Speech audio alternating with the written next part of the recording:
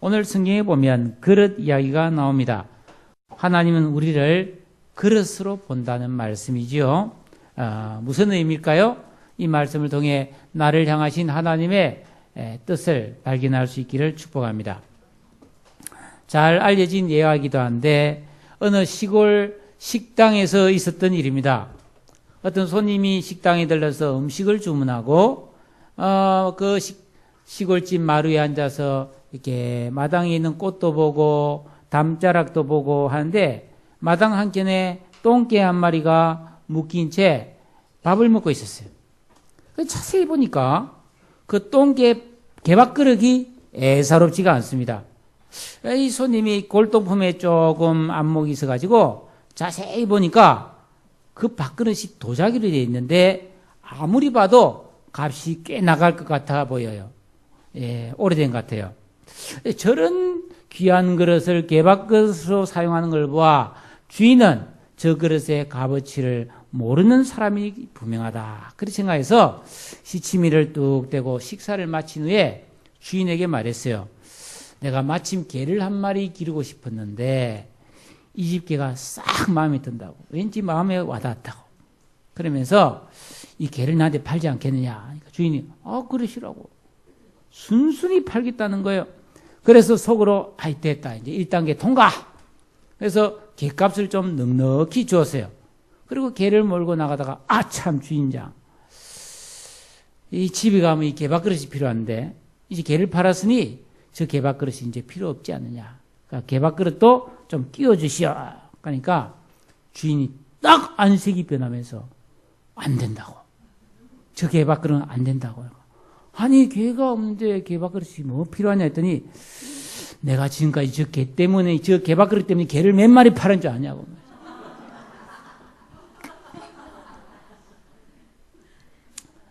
그릇이라고 다 같은 그릇이 아닙니다. 우리도 척 보면 이 그릇이 좀 사구리 그릇인지 고급 그릇인지 거의 알 수가 있어요. 여러분의 집에 진열장 안에 찬장 안에 귀한 그릇이 있을 것이고 그냥 아무렇게나 쓰는 하찮은 그릇도 있을 것입니다. 좋은 그릇, 귀한 그릇은 소중하게 다루고 요긴한데 사용합니다. 그러나 천한 그릇은 아무렇게나 쓰기도 하고 버리기도 하고 깨어져도 별로 아깝지 않죠. 이처럼 그릇에도 값어치가 있습니다. 그런데 그 그릇을 내가 어디에 쓰느냐 하는 것은 전부 주인의 뜻입니다. 그 주인의 뜻에 달려 있어요. 그 시골 그 식당 주인은 아주 값비싼 도자기를 개밥그릇으로 사용했는데 도자기가 이럴 수 있냐고. 어떻게 나 같은 귀한 그릇을 이렇게 쓸 수 있냐고 항의하는 도자기는 없어요. 반대로 이게 그렇게 대단히 값 나가는 것은 아니지 않습니까? 근데 내가 이것을 귀하게 여겨야죠. 내가 물 마시던 그릇이야. 그러면서 이걸 내가 우리 집 탁 찬장에 갖다 놓고 조명까지 쫙 비추면서 날마다 감상한다고 해서 누가 당신 왜 그래요? 말할 수 있나요? 이 그릇이 부끄럽게 저 같은 것을 이렇게 그러지 않을 거예요. 주인 마음에. 지난주에 우리가 배운 말씀 9장 그 후에 18절 말씀이 보니까 그런즉 하나님께서 하고자 하시는 자를 긍휼히 여기시고 하고자 하시는 자를 완악하게 하시느니라 라는 말씀이 있는데 사람들은 이 말씀을 이해를 못하겠다는 거예요. 하나님 불공평하다는 겁니다. 하나님이 긍휼히 여겨 주신 사람이야 알시고 좋다 그러겠지만 완악하게 한 사람에게 그 사람이 평생 완악하게 살고 죄를 지으며 고집 부리며 누가 복음을 전해도 콧방귀 팍팍 끼면서 그렇게 살았다가 하나님 앞에 가서 심판을 받을 때 하나님 성경에 보니까 하나님은 긍휼히 여길 자를 긍휼히 여기고 완악하게 할 자를 완악하게 한다고 했는데 나는 하나님께서 완악하게 만들었기 때문에 나는 안 믿었습니다. 그런데 왜 내한테 허물을 묻습니까? 라고 하나님 앞에 항의할 수 있는가? 어떻게 생각하십니까? 성경은 사람은 왜 멸망당하냐? 허물과 죄 때문에 죽는다 그랬어요. 근데 하나님께서 완악하게 한 사람에게 허물을 물을 수 있느냐? 그게 사람의 책임이냐 하나님의 책임이냐 하는 질문이 오늘 성경에 나오고 있습니다. 이런 질문에 대해서 이 사도 바울은 구차하게 구구절절 설명하는 것이 아니라 간단하게 말씀하고 있어요.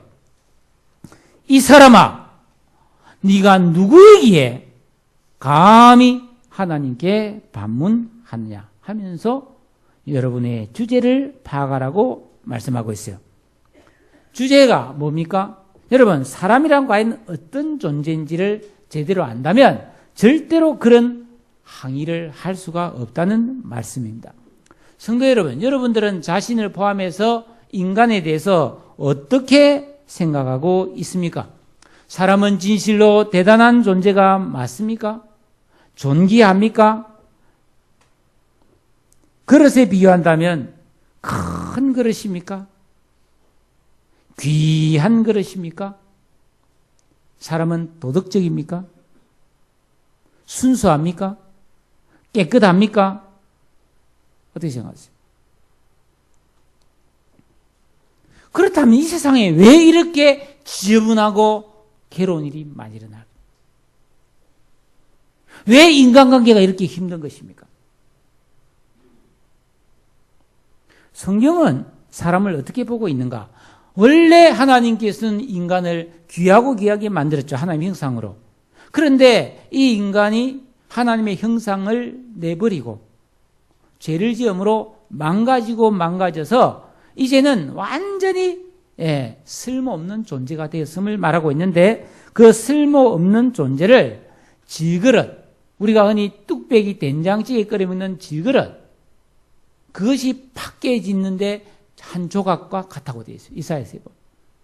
여러분, 그 질그릇 깨어진 조각이 무슨 가치가 있습니까? 이사야 41장에 보면 지렁이 같은 너 야곱아, 이스라엘 백성을 가르쳐서 너희를 지렁이 같다고 그렇게 말하고 있어요. 욥기에 보면 하물며 벌레인 사람 구더기 같은 인생이랴. 야고보는 너희 생명이 무엇이냐? 너희는 잠깐 보이다가 없어지는 안개니라. 여러분, 이 월급에도 안개가 자욱하게 낄 때가 있습니다. 뭐가 꽉 찬 것 같은 느낌 있습니다. 그런데 해가 떠서 그 안개는 사라져버려요.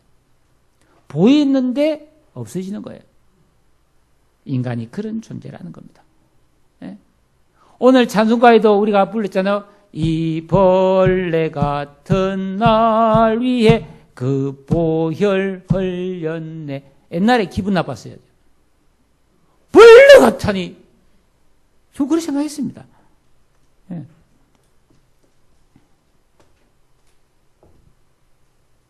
사람은 어떤 존재라고 생각하십니까? 바울 사도는 인간을 그렇게 보는 거예요. 그래서 이 사람아, 네가 뉘기에 감히 하나님께 반문하느냐. 옛날 성에는 힐문하느냐.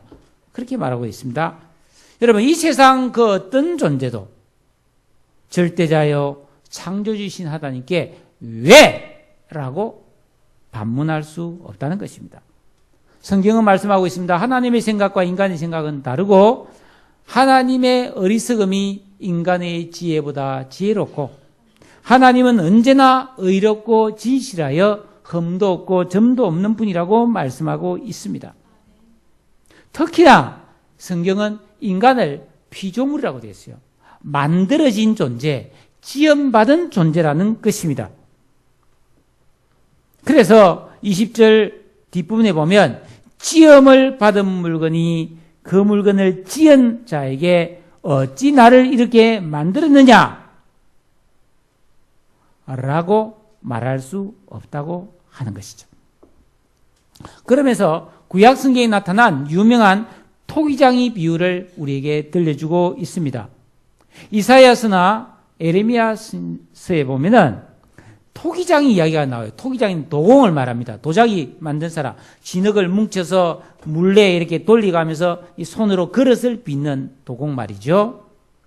그때 토기장이가 진흙 한 덩이로 그릇을 만들 때 귀한 그릇을 만들든지 개밥그릇 같은 천이 쓸 그릇을 만들든지 그건 토기장이 마음이라는 겁니다.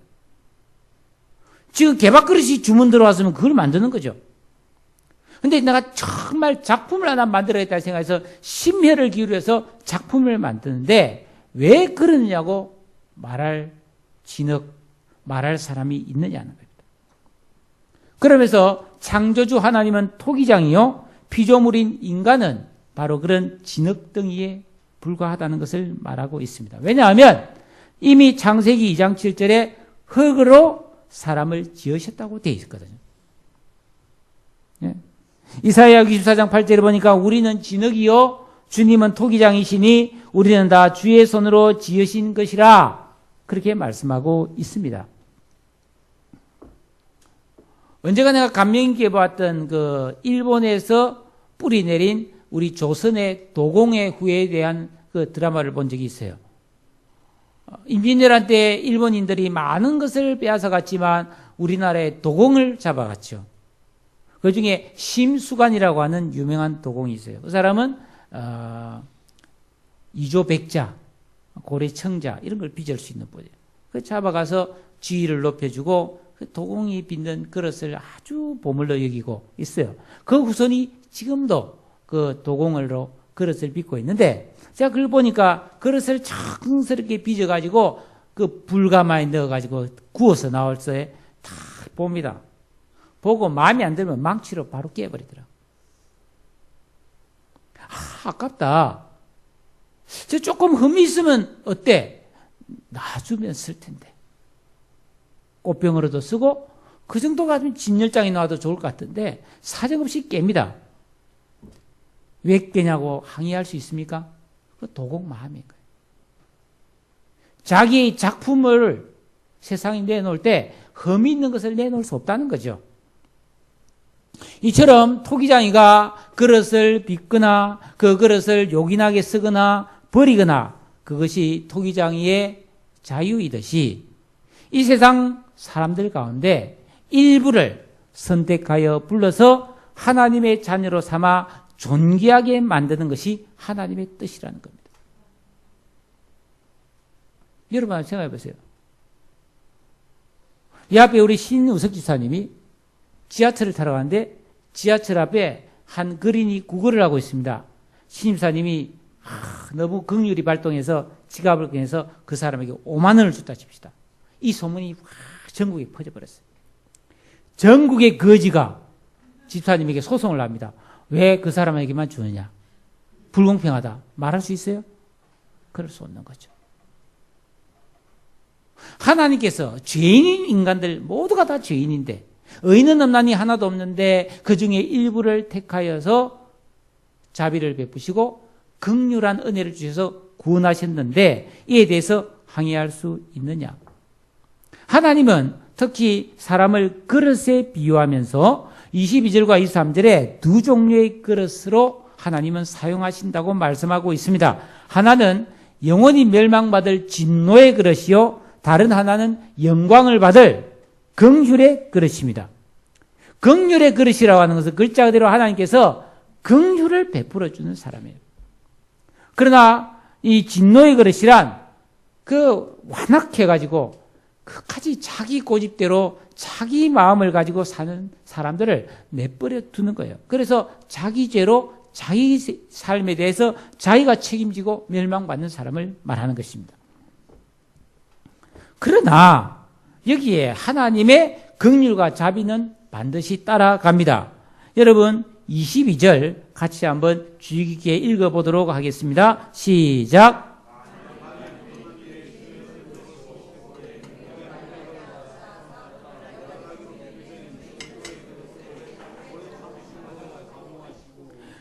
멸하기로 준비된 진노의 그릇인 사람을 오래 참으심으로 관용하신다는 거예요. 이것은 악한 죄인들에게 하나님은 즉시 진노의 벌을 내리지 않는다는 겁니다. 실제로 이 세상에 보면 악한 죄, 사형 선고를 받고도 장수한 사람이 있습니다. 2차 세계대전 때 그 아우슈비츠에서 그 많은 사람을 독가스실에 보낸 그런 사람들도 장수합니다. 잘 산 사람이 있어요. 하나님은 어떤 죄인에게도 즉시 벌을 내리지 않고 오래 참으시는 이유는 그 죄가 아무리 클지라도 회개할 기회를 주시는 하나님의 선하심과 자비하심을 말하는 거예요. 또 한 가지 이유는 그 사람이 끝까지 회개하지 않고 하나님 앞에 가서 심판을 받고 지옥의 형벌을 받을 때 그 벌이 얼마나 무시무시한가를 가르쳐주기 위함이라는 거예요. 여러분, 죄인이 스스로 회개하는 경우는 사실 거의 없습니다. 하나님께서는 한 인간의 죄를 언제까지 참아주시냐면 평생을 참아줍니다. 그래서 죽어서 지옥 가는 거죠. 살아서 지옥 가는 일은 없잖아요. 하나님이 얼마나 참아주신가를 성경의 역사를 보면 알 수 있어요. 하나님께서 아브라함을 부르실 때 내가 너와 내 자손에게 이 땅을 주겠다고 그랬습니다. 가나안 땅을 준다고 그랬어요. 근데 그 가나안 땅에는 그 당시에 7 족속이 살고 있었습니다. 그런데 하나님께서 아브라함에게 그 땅을 언제 주시죠? 한 500년 뒤에 줍니다. 애굽의 종살이만 430년이었잖아요. 아브라함의 일생까지 합치면 500년 이상 됩니다. 500년을 참으셨다가 그 가나안 사람들이 도저히 더 이상 봐줄 수 없을 정도로 악하고 악한 죄를 지었을 때 그들을 멸망시킵니다. 하나님 오래 참으시는 거죠. 그 가나안 사람들, 여러분, 저 국립박물관이나 에스레지나 같은 데서 그 가나안 지역의 고대 유물 전시회를 한번 가보세요. 말도 못합니다. 제가 그런 거는 관심이 있어서 가보는데요. 한번 막 충격받았어요. 그 가나안 족속에 하는 부족 족장이 죽었는데 그 사람의 무덤을 그대로 가져와서 전시해놔요. 그 사람이 이렇게 족장이 한 사람이 죽었잖아요. 그러니까 기본적으로 10몇 명을 같이 묻어버립니다. 죽었어도 지키라고. 그래서 장정을 그 족장이 묻힐 때 양 사방에 한쪽 다리를 잘라서 다 묻어놓은 게 다 추토되어 나와요. 도망가지 말고 영원히 지키라 말이죠. 시종들하고 아이들, 여자들 같이 묻습니다. 산 사람을. 악하죠? 끔찍합니다. 모든 그릇, 가정에 있어서는 숟가락, 밥그릇, 주전자, 모든 거 음란입니다. 음란. 다 음란. 모든 그림이 음란합니다. 동성애, 수간, 이렇게 다 들어있어요. 끔찍합니다. 그래서 심판하는 거예요. 아무리 끔찍한 심판을 받아도 항의할 수가 없는 거죠. 하나님의 심판은 오래 참지만 그 심판이 시행되면 얼마나 무서운가를 보여주시기 위해서 참으신다는 것입니다. 또한 이 3절에 보니까 그러면 영광을 받기로 예비하신 긍휼에 그르신 사람들에 대해서 그 영광의 풍성함을 알게 하고자 하셨을지라도 무슨 말을 하리요? 이 말도 마찬가지입니다. 우리가 긍휼의 여기심을 받아서 구원받은 사람도 하나님의 그 영광의 아름다움과 풍성함은 아직 주어지지 않고 장래의 소망으로 남겨두셨다는 말씀입니다. 즉 진노의 그릇에 임할 심판이나 긍휼의 그릇에 주어질 영광도 나중에 후일에 일어난다는 겁니다. 그러나 그때 가서 그렇구나 하고 아는 것은 믿음이 아니에요. 그렇게 되기 전에 지금 그것을 알고 믿는 자가 복이 있는 줄로 믿습니다.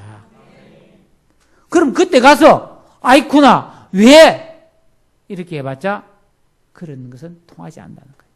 그렇게 말할 수 없다는 겁니다. 그런데 왜 하나님은 하필이면 믿는 자나 믿지 않는 자를 그런 사람을 가리켜 그릇으로 표현할 것일까요? 여러분 아시다시피 그릇은 무슨 용도입니까? 무언가를 담는 용기입니다. 그죠? 그러니까 이 세상 모든 사람은 일생을 살면서 자기 인생에다가 무엇을 담아서 계속 쌓아간다는 뜻이 담겨져 있습니다. 여러분은 여러분이라는 그릇에 무엇을 담고 계십니까? 무엇을 계속 쌓아가고 있습니까?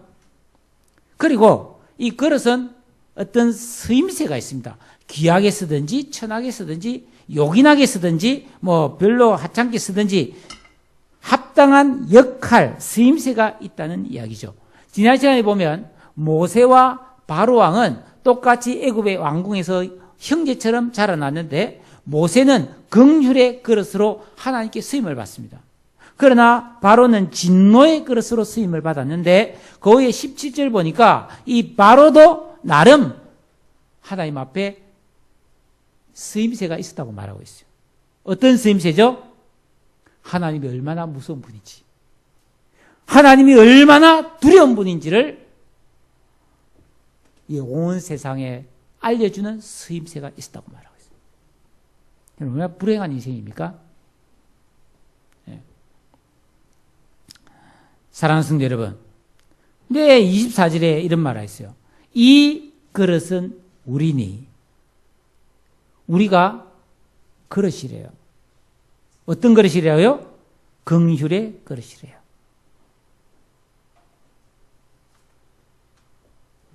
예수 믿고 구원받은 우리가 장차 하나님의 영광의 풍성함을 누리게 하는 그런 그릇으로 택함받았다는 것을 말하고 있습니다. 사랑하는 성도 여러분, 하나님의 긍휼과 영광의 그릇이 된 여러분들은 장차 우리가 누리게 될 그 영광의 풍성함에 대해서 생각해 보신 적이 있습니까? 고린도전서 2장 9절에 이렇게 말하고 있습니다. 하나님이 자기를 사랑하는 자들을 위하여 예비하신 모든 것은 눈으로 보지 못하고 귀로도 듣지 못하고 사람의 마음으로도 생각지 못하였다. 즉 영적인 눈이 뜨이지 않으면 알 수 없다는 겁니다. 하나님 주신 믿음의 눈을 가지고 하나님이 장차 나에게 부어주실 그 영광과 은혜와 축복을 보지 않으면 인간의 능력으로는 알 수가 없다는 것입니다. 여러분 어떻습니까? 여러분은 내가 구원받은 백성으로서 장차 하나님께 받아 누릴 축복과 영광이 얼마나 어마어마하다는 것에 대해서 알고 계십니까? 대부분 모릅니다. 왜냐하면 우리는 이 세상의 좋은 것과 화려함에 대한 욕망 때문에 눈이 어두워져 버렸어요. 여러분 밝은 불빛을 보면 눈이 잘 안 보이지 않습니까? 여러분 이 세상에 화려하고 아름다워 보이는 게 너무 많아요. 그런데 가까이 가보세요. 별거 아니에요. 뭐 번쩍번쩍 놀이동산에 번쩍번쩍하고 막 이렇게 물이 비치는데 가까이 가서 뒤를 보면 어때요? 엉망이에요. 엉망. 아름다운 수실로 말이죠. 산도 있고 물도 있고 새도 있고 하는데 뒤에 보면 어때요? 엉망이에요. 엉망. 이 세상은 그런 거라고요. 진짜가 아니라는 거죠. 여러분 우리는 구원받은 백성이지만은 이 세상의 좋은 것, 이 세상의 화려함에 마음을 빼앗긴 바람에 하나님 말씀의 달콤함과 영양가와 생명력을 잊고 살아갑니다. 기도의 능력과 축복을 잘 모릅니다. 힘들어합니다. 교회의 영광과 능력과 거룩함을 이해하지 못합니다. 우리 예수님이 얼마나 존귀하고 어마어마한 이 하늘과 땅의 모든 권세와 영광을 가지고 나를 사랑하시며 나를 인도하시는지 잘 모릅니다. 간혹 은혜를 받고 느끼지만 금방 잊어버립니다. 왜죠? 헛된 영광을 구하기에 바빠서. 근데 성경은 우리에게 말씀합니다. 이 그릇은 우리니, 우리가 긍휼의 그릇이래요. 장차 하나님의 영광의 그 어마어마한 풍성함을 받게 될 복된 그릇이라고 말씀하고 있습니다. 할렐루야. 하나님께서 규정해 주시는, 말씀해 주시는 나의 이 놀라운 신분에 대해 자각하면서 영적 안목이 열리시기를 축복합니다. 정말이에요. 사람에게는 아무 능력이 없어요. 가끔 보도에 이런 말이 나옵니다. 어떤 분이 길 가다가 쓰러져서 심장마비로 돌아가셨다. 얼마 전에 뭐 택시기사 한 분이 운전하고 가다가 심장마비 일으켰잖아요. 근데 그 안에 탔던 사람이 골프 치러 간다고 바쁘다고 놔두고 가버렸다. 그 사람이 돌아가셨어요. 저는 그 보도를 볼 때 어떤 생각을 하냐면 야, 사람이 진짜 그럴까? 아니, 심장이 그렇게 와도 빨리 119 핸드폰으로 걸면 안 될까? 못한다는 거죠. 아! 하면은 아무 능력이 없는 거예요. 무능한 거죠. 여러분, 우리 힘으로 진정으로 은혜와 복과 기쁨을 만들어낼 수 있나요? 아닙니다. 참된 기쁨과 행복은 오직 예수 그리스도를 통해서만 옵니다. 네. 여러분, 그러므로 내가 하나님께로부터 긍휼의 그릇으로 장차 영광의 복을 받을 그런 그릇으로 택함받았다는 이 자각과 하나님에 대한 믿음을 품고 그 믿음을 굳게 붙잡고 살 때 내 인생에 놀라운 능력과 은혜가 나타날 줄로 믿습니다. 여러분, 우리의 속사람, 내 영혼, 내 생각, 내 사상, 내 인생관, 내 목적이 변해야 합니다. 세속적인 믿지 않은 사람과 똑같은 가치관과 물질관을 가지고 살 수 없어요. 정말 내 안에 주님이 계셔서 말씀이 들어와서 내 가치관과 나의 목적이, 인생의 목적이 바뀔 때 내 생활이 바뀌고 얼굴이 변하고 팔자가 바뀌고 생명이 변하고 영원한 미래가 바뀌게 되는 겁니다. 여러분, 흔히 식당이나 상점에 가면 손님은 왕이다, 그런 말을 들을 때가 있죠. 여러분, 그 말 들으면 우쭐해 집니까? 아니요. 속지 마세요. 한 사람도 어느 식당도 나를 왕이라고 생각하는 식당 없어요. 충성 안 해요. 순종 안 해요. 이용만 해요. 그리스도인은 정확하게 자기 신분을 알아야 됩니다. 나는 왕이 아니에요. 나의 왕은 예수 그리스도십니다. 분명히 하세요. 여러분, 교회는 손님이 왕이 아닙니다. 주인이 왕입니다. 이 세상과 완전히 다르죠? 손님이 왕이라고 하는 거 속지 마세요. 여러분, 교회는 주인이신 예수님이 왕이고요. 우리는 그 주인께 뭔가를 받아야 될 그릇이란 말이에요. 그분의 은혜를 담는 그릇, 그분이 주시는 영광과 축복을 담아서 그것으로 내가 기뻐하고 만족을 누리고 또 그것으로 이웃과 세상에 전하고 놔두기 위해서 택함받은 그릇인 줄로 믿습니다. 귀한 그릇입니다. 깨끗한 그릇입니다. 요긴한 그릇입니다. 존귀한 그릇입니다. 24절에 이 그릇은 우리니 곧 유대인 중에서뿐 아니라 이방인 중에서도 부르신 자라고 그랬어요. 여러분, 유대인은 태어났다고 해서 자동적으로 긍휼의 그릇이 된 줄 착각했는데 아니라는 겁니다. 이방인, 즉 죄인의 몸에서 태어났다고 해서 그 사람은 자동적으로 진노의 그릇이냐? 아니라는 겁니다. 부모가 잘 믿는 집안에서 태어난 자식이라고 해서 저절로 긍휼의 그릇이 되느냐? 아니라는 겁니다. 이미 구약 성경에 이에 대해서 하나님은 많이 말씀해 주셨는데 이방인에 대해서는 그 밑에 보니까 호세아의 글에 있어요. 2장, 1장 뭐 그곳에 나옵니다. 그 호세아의 글에 보면 이런 말이 나와요. 내가 내 백성 아닌 자를 내 백성이라 사랑치 아니한 자를 사랑한 자라고 부르리라. 여러분, 이 호세아는 진짜 불쌍한 선지자예요. 불쌍한 선지자. 나중에는 영광을 받았겠지만 이 호세아서를 읽어보면 참 제가 민망해서 못 읽을 정도예요. 여러분, 호세아는 선지자잖아요. 성직자예요, 성직자. 근데 어느 날 하나님께서 호세아에 보고 호세아야, 너는 내가 결혼해라는 여자를 찾아가서 청혼해서 결혼해라.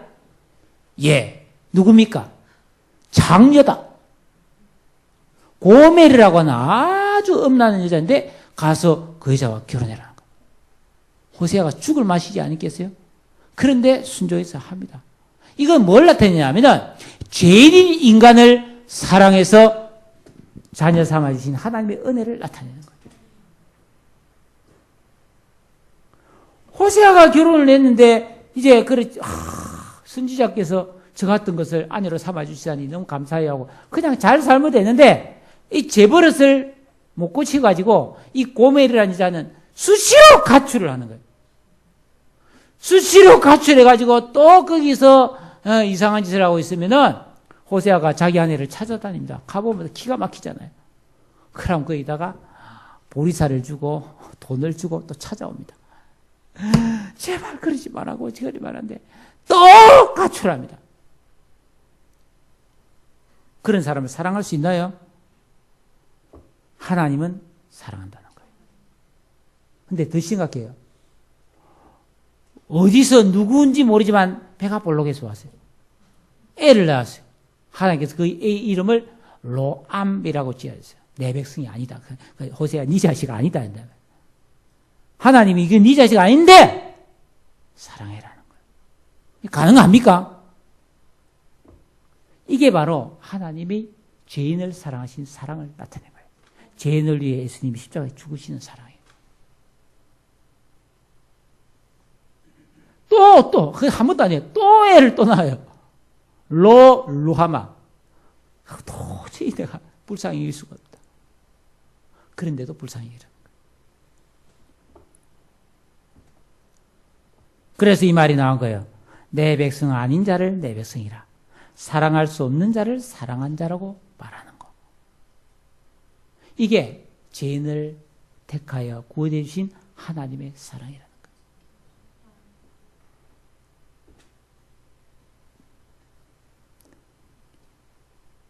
또 이사야는 이렇게 말했습니다. 이스라엘 무자손의 수가 비록 바다의 모래같이 많을지라도 남은 자만 구원을 받는다.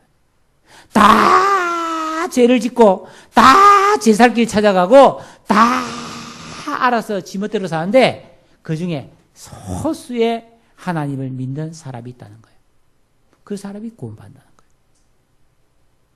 여러분 이 시대가 어떤 시대입니까? 다 제각기 죄를 짓는 시대 아닙니까?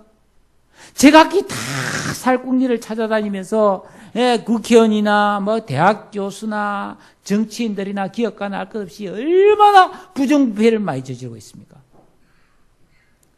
우리가 그런 보도를 볼 때, 야, 나 혼자 이 정직하게 살면 바보 되겠구나. 나도 물불 안 가리고 일단은 나도 잘 살고 봐야 되겠다. 이렇게 생각할 수 있습니다. 그러나 그런 이 시대의 풍조 속에서도 하나님의 선하시고 기뻐하시고 온전하신 뜻을 분별해서 믿음으로 사는 남은 자, 그를 하나님이 구원하시고 복을 주시고 긍휼의 그릇이 되게 하신다는 거예요. 그런데 나중에 누가 이에 대해서 항의할 수 있냐면, 또한 29절에 보면 만군의 주께서 우리에게 씨를 남겨두지 아니하셨더라면 우리가 소돔과 같이 되고 고모라와 같이 되었을 것이다. 소돔과 고모라는 너무너무 죄를 지어서 하나님 유황불을 내려가서 도시 전체를 완전히 멸망시켜 버렸잖아요. 그런데 하나님 그 중에서 롯과 그 가족을 구원해내잖아요. 씨앗을 남겨둔 것처럼. 사랑하는 여러분, 하나님께서는 이 세상 끝날까지 어떤 상황 속에서도, 불속이든 어떤 전쟁터든 어떤 상황에도 남은 자가 있고 믿음의 씨앗을 남겨주어서 그를 통해서 복음이 증거되게 하시고 그들을 나중에 다 영광스럽게 해주신다고 말하고 있는 거예요. 여러분, 누구든지 어렵고 힘들지만 말씀을 믿고 믿음대로 사는 사람이 있다면 그는 남은 씨앗입니다. 우리는 그 씨앗입니다. 우리가 어떻게 살아야 되겠습니까?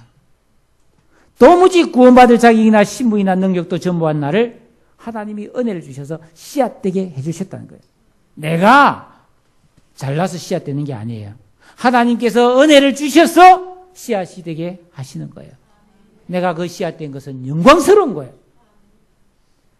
여러분 깊이 생각해 봐야 됩니다. 과연 어떻게 살아야 되는가? 나는 긍휼의 그릇이 되었다. 나는 남은 자다. 나는 하나님이 남겨주신 씨앗이다. 그러면 어떻게 살아야 되겠습니까? 이 세상 모든 사람처럼 성공하고 편하게 살고 유명해지고 또 내 마음대로 살고 싶다. 그걸 위해 사는 게 맞을까요? 사랑하는 성도 여러분, 왜 이 세상 사람들이 예수를 잘 안 믿는지 아십니까? 왜 교회를 나오는데 나오는 것을 그렇게 힘들어하는 줄 아십니까? 무서운 함정이 있기 때문입니다. 이 세상 사람들은 다 욕망을 가지고 있어요. 편하게 살고 싶고, 화려하게 살고 싶고, 재밌게 살고 싶고, 남보다 더 잘나고 싶은 마음이 있는데, 교회는 전혀 그런 거와는 상관없이 매력이 없는 거예요. 그래도 절에 가면은 막, 큰 불상이라도 황금색이 있지 않습니까? 수석이라 맑은 공기라도 있지 않습니까? 근데 교회는 뭐예요? 상가에 십자가 뭐예요? 고난이거든요. 죄인이란 거예요. 교회 나오면 당신 죄인이라고 자꾸 말하는 거예요. 듣기 싫죠? 교회 생활 뭡니까? 예배드리고 기도하고 성경 읽고 헌금하고 전도하고 봉사하고 감사하고, 이거는요 교만한 사람, 현대인이 너무나 하기 싫은 것들밖에 없어요. 그런 걸 하는 여러분들은 위대한 사람들입니다. 그런데 영적인 안목이 열려야 믿음과 하나님의 복을 볼 수 있는 거예요. 그걸 보지 못하면 하나님 복을 기대 안 하죠. 못합니다. 어떻게 헌금을 합니까? 못하죠. 11조 같은 거 못합니다. 그런데 여러분, 이스라엘 나라가 왜 망했습니까?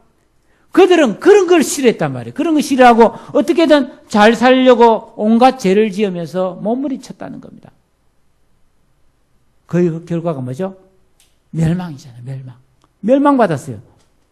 그런데 오늘날에도 수많은 이 세상 사람들이 바로 그런 멸망을 했던 사람들의 길을 따라가고 있는데, 예수님께서 이것을 말하세요.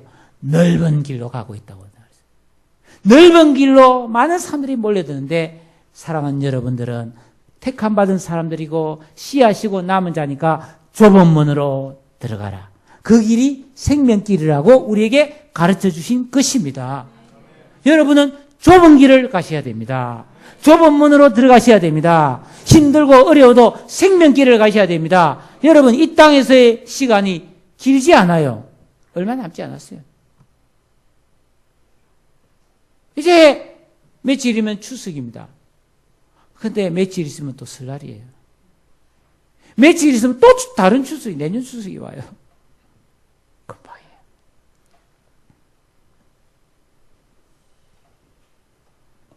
사랑하는 여러분, 성경을 보세요. 아브라함, 본토 지적 아비 집에서 살 수 있는데 하나님이 외롭고 쓸쓸한 가나안 땅을 가라고 그랬어요. 갔습니다. 요셉은 아버지 집에서 귀하게 잘 자랄 수 있는데 형에게 팔려가지고 노예가 되고 감옥에도 갇혔습니다. 그러나 그들은 하나님을 믿는 믿음을 가지고 그 좁은 길을 갔습니다. 다윗이 하나님의 이름을 의지하고 살았을 때 좁은 길이었지만 결국 위대하고 존귀한 삶이 되었습니다. 우리에게 보여주는 모델입니다. 하나님께서 우리를 만드시고 우리에게 생명을 주시고 또 우리를 구원해 주신 것은 거룩한 믿음으로 살게 하기 위함이었어요. 사랑하는 여러분, 나를 수많은 사람 가운데서 긍휼과 영광의 그릇으로 불러주신 것은 하나님이 우리를 사용하기 위해서요. 요긴하게, 귀하게. 그게 뭐예요? 하나님의 영광과 찬송이 되는 거예요. 그리스도의 편지가 되는 겁니다. 그리스도의 향기가 되는 것입니다. 너희 안에 이 마음을 품으라. 곧 그리스도 예수의 마음이니. 여러분, 내가 그릇입니다. 이 그릇인데요. 내가 이 그릇을 가지고 물을 마시라고 그래 보니까 이 안에 고춧가루도 들어있고 죽은 파리도 한 마리 들어있고 보니까 이 수박씨도 하나 들어있고 이 물 내가 먹을 수 있겠습니까? 이 그릇을 쓸 수가 없어요. 이거 더러워서 이 물을 못 먹어요. 겉으로 봐서는 몰라요. 그러나 뚜껑을 열고 안을 봤을 때 들어오면 이거 못 사용합니다. 사람은 외모를 봅니다. 그래서 겉만 자꾸 꾸미요. 좋은 옷 입고 얼굴 피부 미용하고 막 머리 만지고 이래서 꾸밉니다. 사람들은 괜찮네. 속을 수 있어요. 그러나 사람은 외모를 보지만 하나님 뭘 봐요? 중심을 봐요. 내 속을 본다고요. 하나님 보실 때 들어오면 쓸모없는 겁니다. 우리가 어떤 그릇이 되어야 되겠어요? 겉과 속이 다 깨끗하고 귀한 그릇이 되어야 될 줄로 믿습니다. 우리 힘으로 안 됩니다. 예수 의지하세요. 예수 의지하세요. 그 예수가 내 안에 오셔서 성령이 내 안에 들어오셔서 나를 정결하게 하고 거룩하게 하고 존귀하게 합니다. 영광을 영원히 누리게 될 줄로 믿습니다. 할렐루야. 기도하십니다. 오늘 말씀 생각하십시오. 나는 어떤 그릇인가? 하나님 택하여 불러주셨습니다. 우리를 깨끗하게 해주셨습니다. 우리는 더욱더 예수 그리스도의 그 은혜를 힘입어서 요긴하게 쓰임받는 그릇이 되어야 합니다. 다 같이 기도하겠습니다. 하나님 아버지.